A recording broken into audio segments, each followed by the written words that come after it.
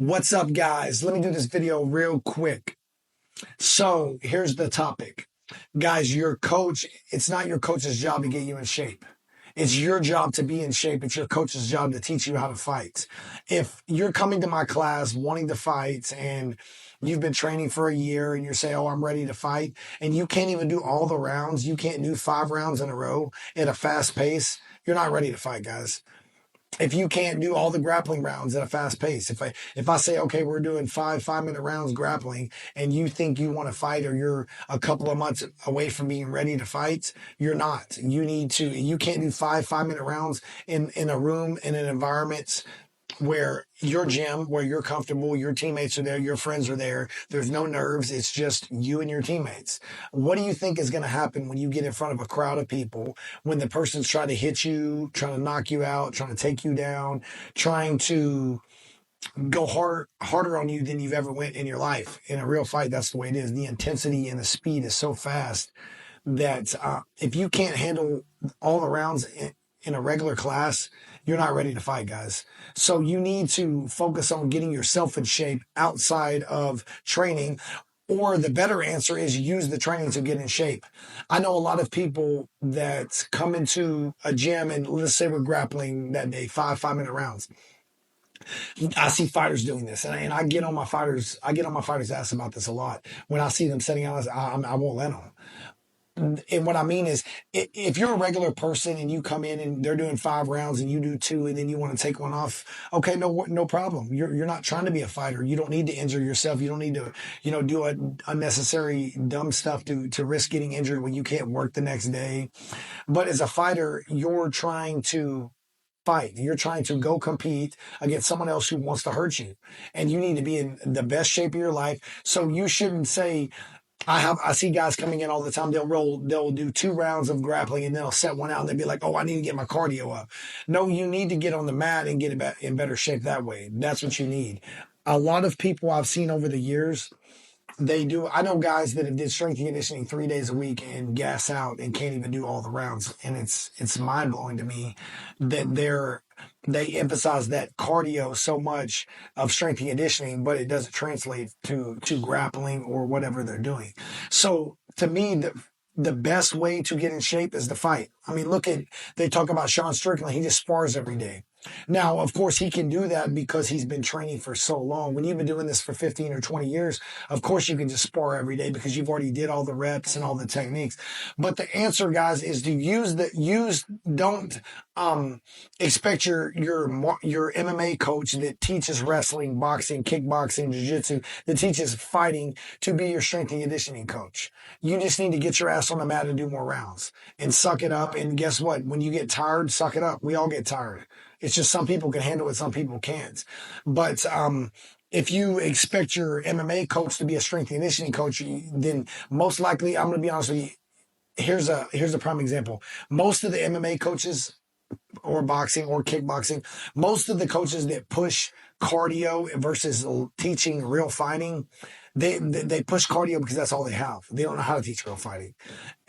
Almost every coach I know that just made me go, which, I'm a dude that, coming up, I have ADD. I'm all over the place. So I love just going hard all the time. But that didn't solve some of the issues I needed help with, right? So most of the coaches that I've saw that emphasize so much cardio even more than technique, it's because they don't know the technique. But you need to find a balance where you can get your cardio and your conditioning within the classes and still learn the technique. Let's say you do an hour kickboxing and hour kickboxing and an hour grappling class. So you train 2 hours a day, 4 or 5 days a week. Well, within that 2 hours, you can only do so much technique, guys. You can only do so much conditioning. So you have to find a balance. You need to pick specific stuff, drill it, and then you need to try it live when you're sparring, when you're kickboxing, or when you're grappling. You try the moves you learn over the course of, a certain amount of months or a couple years, and you stay on the mat even when you're tired. Even when you're tired, you should. If you're a fighter coming to a class where there's regular students mixed in, there's no way you should sit out any round. if the fighters are, if everyone in the class is grappling 5 minute rounds or kickboxing 5 rounds, you as the fighter should use that as conditioning, and you should not set out any round. So once again, guys, your coach's job is to teach you how to fight. It's to teach you how to throw a jab, how to throw a cross with good technique, defense, how to escape certain things, mount escape, back escape, takedowns, takedown defense. Your coach's job, your MMA coach's job is to teach you how to fight.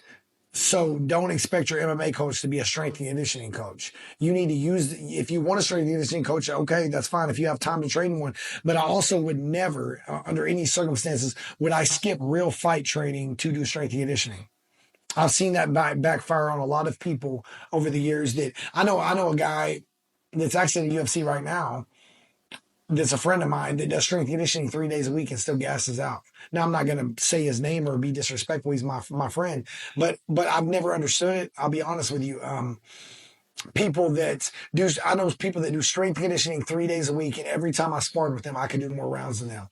And I didn't do any of that shit. I just ran. I did push-ups, pull-ups, natural body lifts. I did stuff outside of class, and I did more rounds. I'm the dude who would come in and I would grapple for an hour straight. I would do 10 5 minute rounds straight. And that's how I got my cardio. So maybe that is a better option than strength conditioning, definitely in my opinion.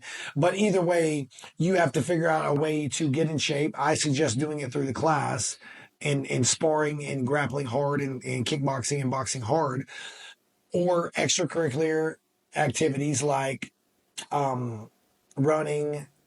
A lot of people over the years that I know a guy that's actually in the UFC right now that's a friend of mine that does strength conditioning 3 days a week and still gasses out. Now I'm not going to say his name or be disrespectful. He's my friend, but I've never understood it. I'll be honest with you.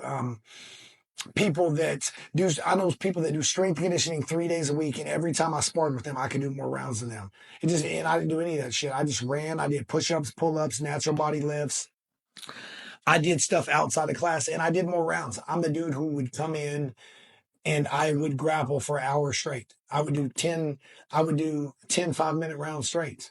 And that's how I got my cardio. So maybe that is a better option than strength conditioning, definitely in my opinion.